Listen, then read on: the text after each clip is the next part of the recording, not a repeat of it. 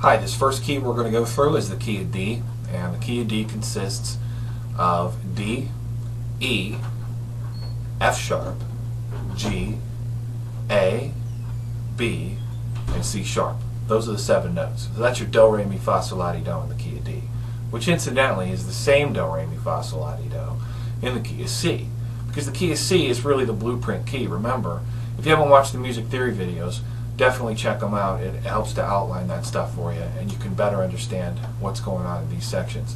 I really suggest you watch those first, as they give you a good fundamental understanding of this stuff.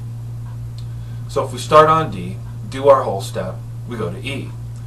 Go ahead and get out your piano diagram if you have one. If you don't, go over in the PDF download section and download one, and come back and watch this video and all the other videos. It's good to have that open in a separate window and handy, just to sort of use it as a reference guide.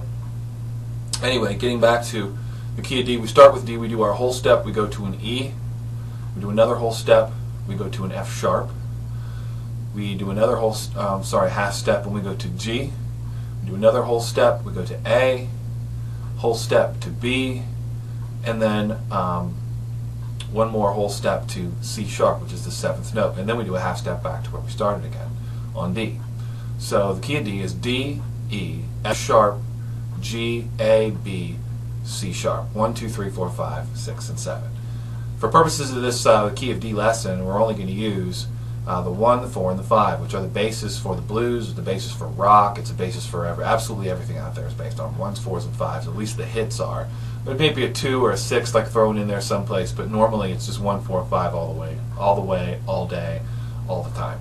So these are really good progressions to help you get started very quickly, playing stuff that people can recognize.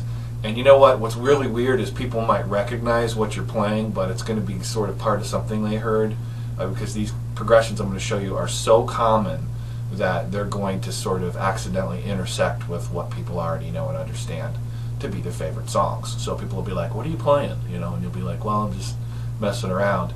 And they also serve as good pulpits to get good precursors to get into figuring stuff out too, because like I said, most songs are based on 1, 4, 5. Okay, enough. I'm going to stop talking. So let's start with the 3 chords we're going to use. We're going to use D, which if you download the PDF that corresponds with this video, this is how it is.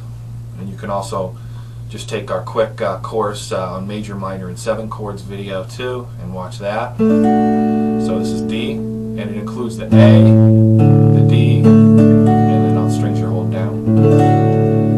And for those who can't see my strumming hand down here, strumming's not a big deal. I mean, you just want to basically, you're going to hold your pick like this, and you know, you don't, if you're strumming, you want more sticking out the end, and if you're picking, you want to kind of have it buried in there a little bit more, because you want to be able to get into the notes. But you know, you're not going to be playing any scales for a while if this is your first time, and so you can just kind of hold on to it semi-tightly, and you're just going to go down like this. And with this chord in particular, you're not going to hit the bottom string, so this is off limits, the low E. And just lightly hit the strings, no big deal.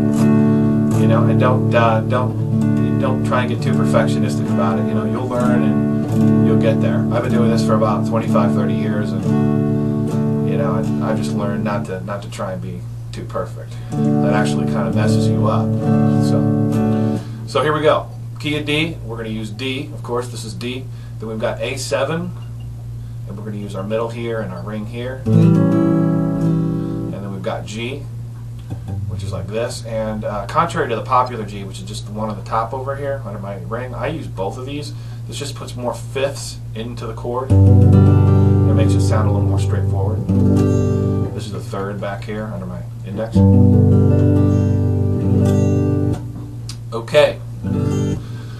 Now, as far as transferring goes, you know, when you transfer from one chord to another, it can be kind of hard. But you can make it easy just by basically drawing pathways from notes that you're already on to notes that you're going to go to. So the note that's under my ring finger here in the D chord, I'm going to stick on this note when I go to G. You can see that this finger didn't go anywhere when I did that. So here's D, G, I just moved my fingers over to the other side per the diagram on the PDF, here and here, and then I stuck my I put my pinky finger underneath my ring finger on the 3rd fret, and then that was the G chord. Okay? So D, just do this a few times, G, D to G, and make these movements without even strumming yet. You just want to get the movements down. Okay? And at first it's going to be really awkward, and if you're having trouble forming these chords, I suggest you go over to the exercises section, and we've got some stretching exercises over there you can do, as well as strengthening exercises to help your hands get stronger fast. So D to G. Okay, now let's go from D to A7. So here's D. A7's like this. So what are we going to do? We're just going to keep this ring finger right here on the 2nd string in, and we're going to lift up our index in our middle, and we're just going to slide this back 1 fret and then put this back down here. So let's do it again. Start here. If you need to rewind or whatever, go ahead. Lift these up, slide it back. This one comes down. That's it. Lift it up, slide it back up, and then put these down. And then you're back to D again. So I'm going to play through the progression on the PDF twice. I'm going to do it sort of slow, but not too slow. There's a file that's to the right of this video, actually over here, and it's in the description of this video, where you can click on a link and you can download 4 separate audio tracks, each being played at different beats per minute. That's BPM, or the definition is BPM. So you can download the MP3s, get it at 40 beats a minute, 70 beats a minute, 100 beats a minute, and then I think 130 beats a minute, which is really fast. But it's a good way to practice. You can practice along with the audio track, and you kind of feel like somebody's playing with you instead of just sitting there trying to hammer it out on your own. Okay, so let's go ahead and get started. So here's D. Okay, this is the chord we're going to start on. And you can jump in any time. You can just watch if you want. Here we go. 1, 2, 3, 4.